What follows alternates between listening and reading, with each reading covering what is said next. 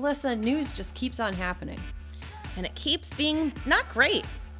No, I mean, I think we've brought up the Lucy in the Chocolate Factory comparison before on this show. But I really... Who? You know, Lucy from I Love Lucy when she's a chocolate inspector. I thought you were talking Lucy pulling the football from Charlie Brown, which is also accurate. No, I'm talking nice Lucy, not chaotic evil Lucy. Copy that. Yeah, but I sometimes feel like that with news. Like, it's just a conveyor belt, but instead of, like, delicious chocolate, there's just, like, pieces of garbage that keep coming out, and there's no place to throw it.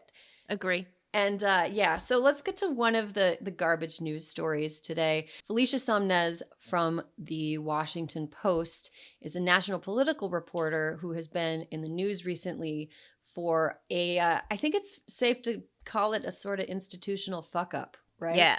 Yeah, that's fair. A really discouraging institutional fuck up. So after Kobe Bryant died last year, she tweeted a link to an article about allegations of sexual assault against Bryant that were made in 2003. And as a result of that tweet, she was placed on leave by the executive editor of the Post. And he also emailed her, Marty Barron, the executive editor of the Post, also emailed her saying, Felicia, a real lack of judgment to tweet this. Please stop. You're hurting this institution by doing this. So she was put on leave. The union didn't like it. And when she came back, she was blocked from covering anything related to sexual misconduct or the Me Too movement because she herself was a survivor of sexual assault. She had reported another journalist for sexual misconduct. Alyssa, can you enumerate some of the ways that the Washington Post fucked up here? Well, Erin, it's very interesting because to say that essentially she had a conflict of interest, right? That she couldn't report on sexual misconduct because she herself had been a victim of sexual misconduct. Like, Erin, how does that even make sense? It's like saying if you speak French, you can't report on France.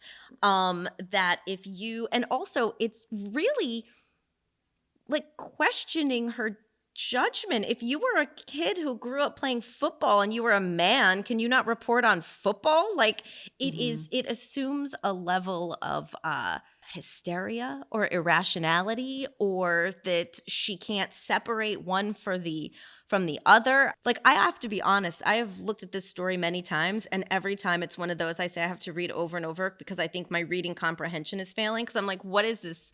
What is this? This is crazy. Yeah, they only just rescinded the ban on her covering sexual misconduct related issues on March 29th. Alyssa, you're hitting on something important. It's like the logic behind it, if you try to just like untangle what it could mean, is that in instances of sexual assault and only sexual assault or misconduct, it makes the survivor so crazy that they're incapable of reporting on it. There's literally nothing else that makes you too crazy to report on something. Nope. Like, okay, here's something that can be traumatic for a person. Cancer. If you are a cancer survivor, should you not be allowed to write about anybody who is dealing with cancer or anybody who's researching cancer? That's something that can be deeply traumatic and then can affect your, relationship to the story. Like, why is sexual assault or misconduct the only thing that makes somebody too close to a story to be able to report on it? It's not like it's a person. It's not like rape is a dude who shows up at your door and it's like, it's me, rape, not your friend. Now that you know me, you can't report on me at all. It would be as if she had been assaulted by Harvey Weinstein and was like the reporter on the beat. Do you know what I mean? Like, maybe in that instance, you could say that your objectivity might be a little blurred. And honestly, I think that's something we'd all self-report. We'd be like, you know what? I'm too mad about this. This happened to me. I can't do it. But this is saying that she can't cover an entire category because she can't handle it. I mean, it's just, it's pretty fucking wild. Yeah. And like another piece of like disturbing subtext is like, so we want people reporting on sexual misconduct who have never experienced it. Like, we want people who don't really know what they're talking about to talk about this. Correct. Like, what? That just seems like so so stupid. Nonsensical. Yeah, it's nonsensical and really backwards, and it's like a move to deliberately make it more difficult for people to have an understanding and empathy for survivors. And I'm glad and kind of encouraged by the outcry over this. Mm-hmm. And I really hope that the spanking the Washington Post, normally a great paper that I personally subscribe to, I hope that this public spanking they got discourages other news outlets from enacting similar policies. Yeah, I totally agree. Now let's move on to another piece of garbage on the conveyor belt that is our world. This year has been a record year for Republican state legislators introducing anti-transgender legislation.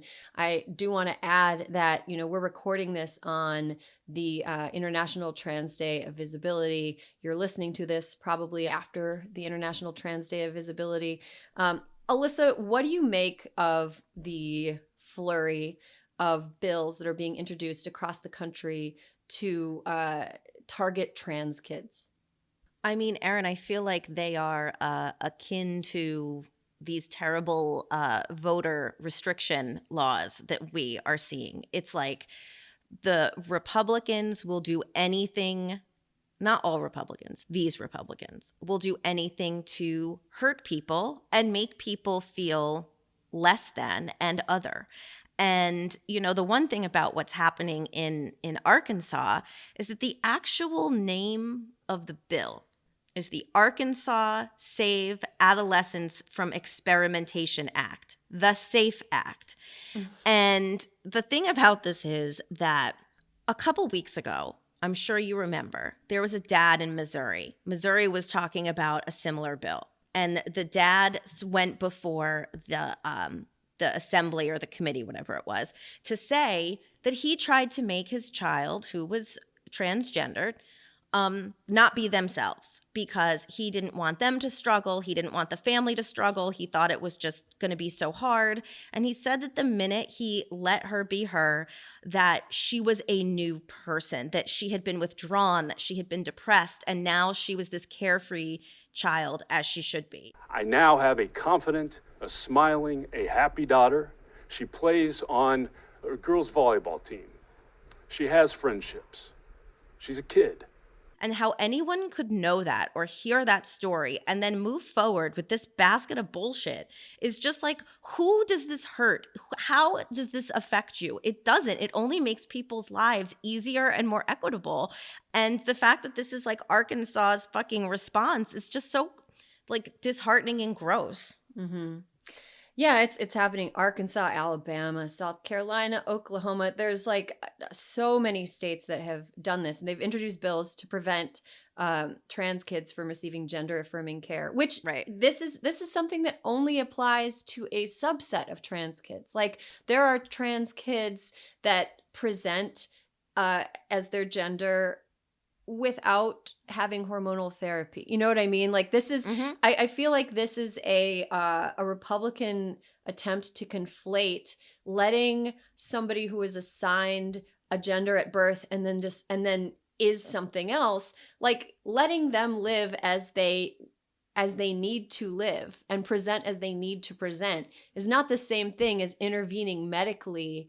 Right. So as they move into adulthood, that's a choice that I think families should be able to make without input from representatives who I don't think any of them ever have like met a trans kid.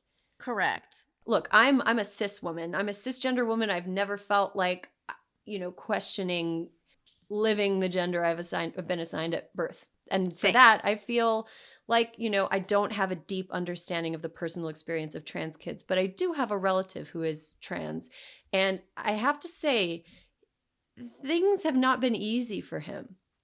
Things have not been easy for him being a teenager, assigned one gender at birth and now living as a different gender. And I just can't imagine that these lawmakers have any real empathy for these kids. You know, it's not fucking easy. Well, it's also, I mean, there's plenty of research too that backs up exactly what you're saying. Because according to the Trevor Project's national survey on LGBTQ youth mental health, in 2020, 52% of transgender and non-binary kids have considered suicide, and 21% have attempted it.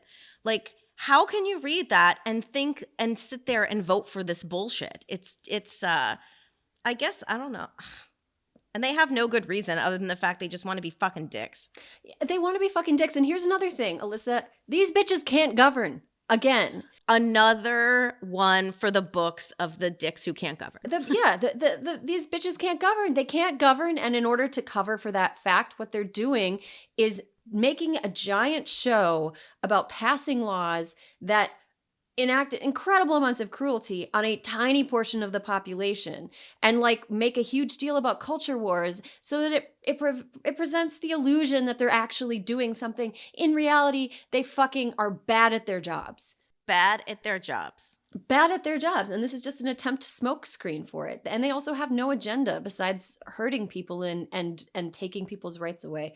I want to talk briefly before we move on to toast and roast, because we've got a deep bench of toasting and roasting this week. I want to talk about the sports bans. There are a lot of states that are making noise about, like, quote unquote, protecting women's sports. And I gotta say, I can't help but notice that the people that are all of a sudden really concerned about women's sports, yeah, they're men who I guarantee you do not watch women's sports. They use women when we are a tool for them to somehow subjugate other people. Like, they don't give a shit about women's. They're not watching women's soccer. They're not watching women's gymnastics. They're not watching women's tennis. They're not watching women's track. They're not watching women's basketball. In fact, they're probably making jokes about women's basketball. But now they're coming in grandstanding about how much they care about women's sports. Fuck you. Fuck those guys. The gig is, we are not going to pretend to take their arguments seriously when they're only pretending to care about us. Like, we're just not doing that. Sorry. Yeah, we don't need their care. We've got each other. We've got each other. Yeah, seriously. Have you ever seen the women's national soccer team? Yeah, they've got it covered. They're fine. They don't need you. They super don't need you. Okay, now that we're past the garbage conveyor belt, let's real quick offer some toasts to some dearly departed women this week who I feel like, in addition to having obituaries, deserve standing ovations. Alyssa, do you want to kick us off? I want to kick us off with Beverly Cleary. Beverly Cleary, when she passed away this week and I went to my parents' house, the first thing my dad said was, "Did you see the news about Beverly Cleary? You loved her so much." And I do. She wrote over 40 books. Over 90 million copies of her books have been sold. And Erin, you can attest right now, I'm even sporting a Ramona Quimby style haircut today. But she was so, all of her books were so special to me. They are literally what got me into reading. It was a thing called Pig Out on Books in first or second grade. And the more books that you read, you got a little pig that you got to put on the hallway wall that showed how many books you read. And I read them all. And she's just 104 years old. May she rest in eternal peace, the baddest, best bitch there has ever been. Yeah, truly incredible. I was thinking as you were talking, like, oh, she's the Stephen King of, like, quirky kids being, like, written about with understanding. But then I was like, no.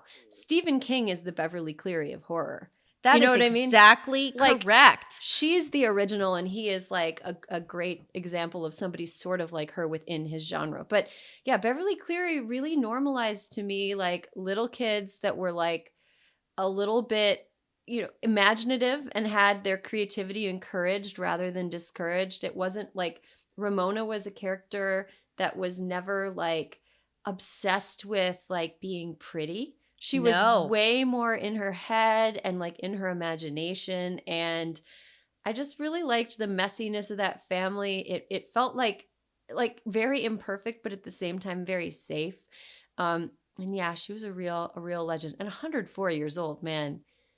She lived a good life. It's a good life. I'm going to talk a little bit about somebody else who passed in this past week. actress Jessica Walter, who passed last week at age 80. She was an award-winning actor. Her career spanned 6 decades.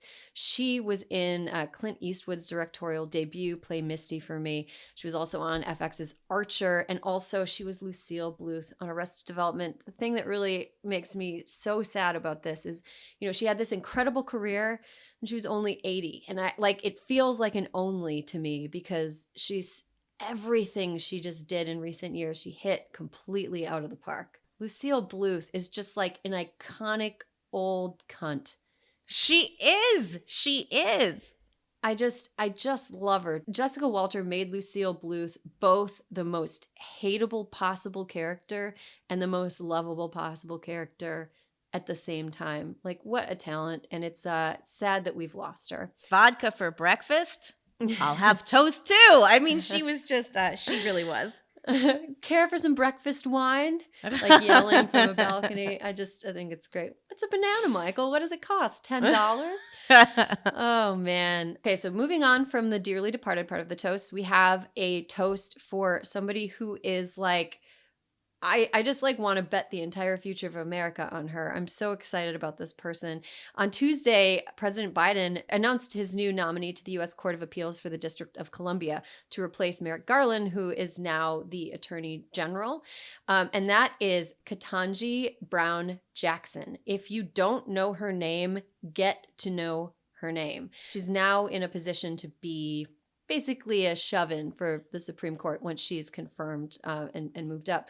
She's 50 years old. She is, so she's young. She's from Miami and she won national oratory championships in high school. She graduated from Harvard and Harvard Law School, and she was the editor of the Law Review, so very much an underachiever. She had been a clerk for Justice Stephen Breyer, who's 82 now, and who's currently on the court, who should retire, but we'll see if he'll actually do it. She also was a public defender when she was practicing law. And here's a fun thing about Judge Brown Jackson. Her husband is obsessed with her and how smart she is. Like when she was a lawyer, he's a doctor. And there's this great anecdote in this NPR story about her. They met at Harvard. He's like a 6th generation Harvard grad and she's like a 2nd generation college grad. And they just fell in love and they've been together ever since. And he would come off 24-hour shifts at the hospital and go watch her in court because he was so fascinated. Oh my goodness! The word, yeah, it's like a Marty Ginsburg style. I was gonna say that's RBG level love story. Yeah, but one time in this NPR story, it says that one time he was so disheveled because he had come off a 24-hour shift at the hospital that the bailiff was like, "Should we remove the homeless man from the courtroom?" Nope, it's just a devoted husband who's interested in his brilliant wife and seeing her work. So Judge Brown Jackson is an exciting addition to the DC Court of Appeals. Okay, well, we have a roast. Okay, come on down, Matt Gaetz, you stupid motherfucker. So it seems that Matt Gaetz is being investigated by the Justice Department over whether he had a sexual relationship with a 17-year-old and paid for her to travel with him, according to 3 people briefed on the matter. Okay, couple things. Anyone who is hearing us talk about this now has probably already seen the Tucker Carlson interview, which was not just by my standards, but also by Tucker's, among the craziest he's ever seen, where he keeps trying to be like, sex trafficking, you know, Tucker, you know what I'm talking about. And he was like trying to moonwalk into the bushes. He's like, I do not know what you are talking about. Or he was like, oh, are you talking about the person who stalked me like 17 years ago or whatever it was? But Matt Gaetz told on himself so many times in this interview. It was like, he's like, there are no pictures. Nobody asked if there were pictures. Telling on yourself, Matt. Go ahead and put that iconic gas mask on again, you stupid motherfucker. I hope that picture haunts him for the rest of his life. When Tucker Carlson turns on you, it is fucking game over. Mitch McConnell is not returning his phone calls today. I can tell you that much. Oh my God. Yeah, that guy, it's really... He's accomplished so much in the realm of being a shitbag at such a young age. Like everything about him is weird and not right. And it's truly crazy. Like reading more about the investigation. I mean, like having a man that age having a relationship with an underage person who he called a woman. Underage woman. Okay, child. Underage woman isn't a phrase. That's an underage human being or a child. You can call them a child. That's the same thing with like adult children. No, you're an adult. You're an underage woman, adult children. No, none of that's both not real things.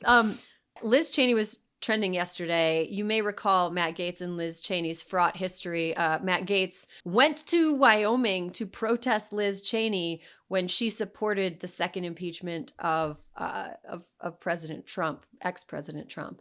And so she's got to be having a great day, which is whatever. But yeah, he's a big old creep. And I really hope that he gets his just desserts because I am ready. I'm ready. I am ready. I am waiting with bated breath. Breath that is baited. That's great. I'm also waiting with bated breath, and I hope we don't have to bait for very long because it feels like the hammer is coming down on him, and I can't say that he didn't deserve it. Today we are excited to welcome back to Hysteria Nsé Ufot. She's the Chief Executive Officer of the New Georgia Project and the New Georgia Project Action Fund. Her tireless efforts to register all eligible unregistered voters in her home state of Georgia led to one of the most exciting senatorial sweeps in recent memory. But on the heels of that Democratic success, Georgia lawmakers have introduced and passed new laws that further restrict voting rights. And fuck all those guys. Thank you for joining us, Nsé, and helping us make sense of all this. For sure. Fuck those guys. Yeah. Yeah. Oh, good. Fuck those guys. See, we have like people who can say fuck those guys, but we feel the spirit of fuck those guys. right. And then we have people who just come out and say it. And we really appreciate you being among the fuck those guys coming out and saying it. It is an honor to find my people. So first of all, why are Republicans so terrified about letting Georgians exercise their basic right to vote? I think that they've told us themselves that if everyone votes, they will no longer be in power. That if Georgians were allowed access to unmolested ballots and they didn't have to clear extraordinary hurdles in order to participate in our elections, that they would very much be the minority party if they continue to exist at all. Mm-hmm. And you're dealing with a sort of scary situation in Georgia right now. Like shit is getting real down there. Do you mind telling our listeners a little bit about what you're dealing with today on the ground? Yeah, absolutely. We just moved all of our staffers and members and volunteers who were down at the Capitol on today's Sine Die, weird Latin word for the last day of the legislative session. Georgia has a part-time legislative session. It's 40 days, and so they are done today. There are a lot of moving pieces. There's still some of the trash anti-voting bills because, while SB 202 was a big deal, that Georgia Republicans introduced over 50 anti-voting bills this legislative session. And so we have a team down there keeping their eyes on the process, but we also have credible intel that there are militias, right-wing militias mobilizing, folks that are armed. And we legit just saw 4 Capitol police officers drag out a sitting member of the legislature for knocking on the door. So there are these right-wing militias that are armed. There are Capitol police that are armed. And then there's our staff that's like armed with the blood of Jesus and good intentions. And it's not enough. And so we pulled them from the Capitol literally just a few seconds ago as we are preparing, but we are continuing to escalate on this corporate accountability campaign, and we're continuing to push for the passage of H.R. 1 and H.R. 4. It's just that we don't want to martyr ourselves in the process. Makes sense. You got to play the long game. Right. And so can you break down the bill and explain to our listeners the elements that are the most insidious? So let me start by saying that there's nothing redeemable in these bills. Like, it is chock full of awfulness. But we are talking about reducing the number of early voting days, reducing the number of drop boxes in counties, moving drop boxes inside county boards of elections. Georgians won't have access to drop boxes after 5 p.m. And if anyone knows about the whole reason the Central conceit of drop boxes in commercial settings is that it gives customers access to the business outside of business hours. So if you're a 9-to-5er, you won't be able to drop off your absentee ballot after 5 p.m. Obviously, a lot has been written and said about the work to criminalize the passing out of water and foods and anything with value at the polling locations. That is particularly egregious because we do it in polling locations where there are extraordinarily long lines. Georgians have made history for waiting 8, 9, 10, 11 hours in line to vote. And so we bring our elders lawn chairs, right? We bring people portable cell phone chargers because no one expected to put in a full shift on their feet in exchange for the right to vote. The really insidious parts that, again, are not getting a lot of coverage is two things. One, that the state legislature gets to determine whether or not a county is conducting elections properly, and they get to fire the elections officer or the person who runs elections in the county if the legislature determines that they aren't doing their jobs well. And they basically fired Brad Raffensperger. I want to just pour out a little something for him because he is definitely getting bullied at home, and it's sad. So they have taken the majority of his responsibilities as Georgia's chief elections officer and put it on themselves being the Georgia state legislature. So they are doing what Trump was not able to do.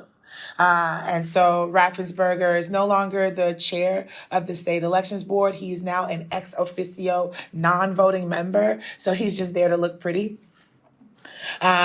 He is not responsible for setting rules, is not allowed to remove, county board of elections officials, again, who they deem are not following the law. So they fired Brad Raffensperger, and they have accomplished 60 lawsuits by the Trump administration, and by those bullying phone calls, we're not able to. And that's just Senate Bill 202. And like I said, the legislative session ends today, and there are a couple dozen more that are still on the table that we want to make sure they actually die. Does all of this work that they're doing feel like an attack on your work personally? Like, you worked so hard to flip Georgia. And does the fierceness of their pushback motivate you to come back even harder? Yes, absolutely. But here's why. Because I am now convinced that attacking the right to vote and attacking our democracy is the unifying issue for the far right and for the GOP in this moment. And Georgia are definitely in our Zora Neale Hurston bag. Zora Neale Hurston says that if you're silent about your pain, they will kill you and say that you enjoyed it, right? And so we refuse to be silent. We're making a lot of noise. There's a corporate accountability campaign. We've been talking to Chuck Schumer, anyone who will listen to us about this particular issue. But I know these jokers. They didn't write this legislation at all.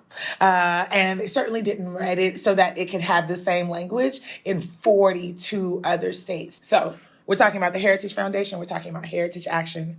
We're talking about the American Legislative Exchange Council and the GOP. We see them moving. They're moving scared. They're desperate. And I am now convinced that the attacking the right to vote is the central organizing issue for the GOP in this moment. You got Mitch McConnell out here threatening people, saying, that he will gum up the works in the Senate and it'll be worse than a 100-car pileup if they get rid of the filibuster, as if that hasn't been what he's been doing for the past 12 years, right?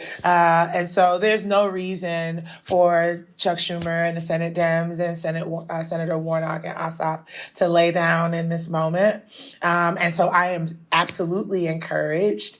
We are absolutely pushing back, and we understand how critical this is, how existential this is, how urgent this is. Okay, so after the special elections in January, a lot of people credited your group and other organizers for delivering both Georgia Senate seats to the Democrats and basically saving American democracy. What is the most memorable way a stranger tried to thank you or your organization after the election? And how can listeners support you and the efforts of the New Georgia Project as you embark on yet another battle? Listen, I don't know how the word got out, but I have so much whiskey at my house. And I thank each and every one of you.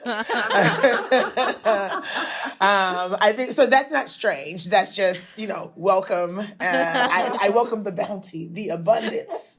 But I wish, is it here? There's an Nsé cookie. So there's a baker, I gotta figure out what her name is, who found us on Instagram and basically took my Instagram profile picture and turned it into cookies. That's amazing. And it was like, I'm going to eat these. Like, just so you know. So very grateful for that. Very grateful for, all of the love and all of the support for the work that we continue to do, that, we're building an ecosystem. We're a part of an ecosystem. We're building a sort of culture of civic engagement that lasts beyond one election cycle. And so this is the stuff that powers us as individuals. This is the stuff that powers our organization. Amazing. Okay, so the last time we spoke, Nsé, it was right before Christmas. I remember this very, very well because I asked you how you felt about the Senate elections, and you came out like, oh yeah, we got him. We got him. You were so confident, and you were right. You were completely right. So as somebody who's on the ground, how do you feel about this battle? Do you think that you guys have a shot of pushing back enough that you stop it? Yes. And because it's not just us. Right. Mm-hmm. Again, I think there's a growing recognition. I mean, I think we, for the most part, are not trash human beings. For the most part, we are members of polite society. And so the idea that, a Ted Cruz or a Mitch McConnell can align themselves with white supremacists and people who broke into the Capitol, murdered police officers, carried a Confederate flag, accomplished what Confederate soldiers were not able to, which is flying the Confederate flag inside the People's House. The idea that our leaders would align themselves with just open, blatant, violent racists, it offends people's sensibilities. And so, folks are trying to make sense of it, trying to wrap their heads around it. You are seeing exactly what the hell you think you are seeing. That white supremacists and would-be authoritarians have taken over the GOP and they are playing for keeps, right? That they will stop at nothing to hold on to power, right? That we live in an age where hot wars are expensive, they're bloody, and that a Cold War via misinformation and a disinformation campaign, it is just as likely to destabilize a government without all of the nasty and pesky bloodshed that gets in the way, right? And so, one, I want to make sure that my brothers are listening, Erin, when you said that I was right. I want them to to acknowledge that and embrace that. I mean, my actual brothers. How many do you have? 4. Oh, wow. So they've got a lot of listening to catch up on. Right. And I got a lot of talking at them. But I mean, I say all that to say that this is happening, right? That the Heritage Action, which is the advocacy arm of the Heritage Foundation, just quickly dropped almost $1 million on ads in Georgia to build support for SB 202. The thing that's significant about that is not just how quickly they moved, but the fact that the Heritage Action has never weighed in on state legislative fights, ever. Mm-hmm. That's not what they do. They work at the federal level, right? And so the fact that there's these bills contain the similar language in 42 other states besides Georgia. The fact that the Republicans and the GOP, they're having these emergency phone calls, what are we going to do about, election integrity and election security? They are scared. They are desperate. and they are acting in the ways that scared and desperate people do. And that is why we are committed to being organized, to making sure that we are vigilant in this moment, and that we aren't taking any tool out of our tool belt in order to fix this. So that is HR 1 and HR 4. That is filing a lawsuit. We filed a lawsuit minutes after Governor Kemp, our asterisk governor, signed it into law. And so I will say it, I've said it before and I'll say it again. In our community, they say that if you stay ready, you don't have to get ready. And so we know what this is. We want people to sort of accept it. It's hard, but know that we can fix this, that you cannot fix what you have not faced. And so we are facing that our government is under attack from the inside, and then doing everything that we can to stop it. Well, Nsé, I could just talk to you all day. Thank you so much for coming by once again. Check out the new Georgia Project, please, everyone listening. They do great work. And listeners who want to know more on how you can engage and pass the For the People Act, you can just go to votesaveamerica.com/forthepeople. Super important. Nsé Ufot, thank you again so much. Thank you so much for having me, Alyssa and Erin.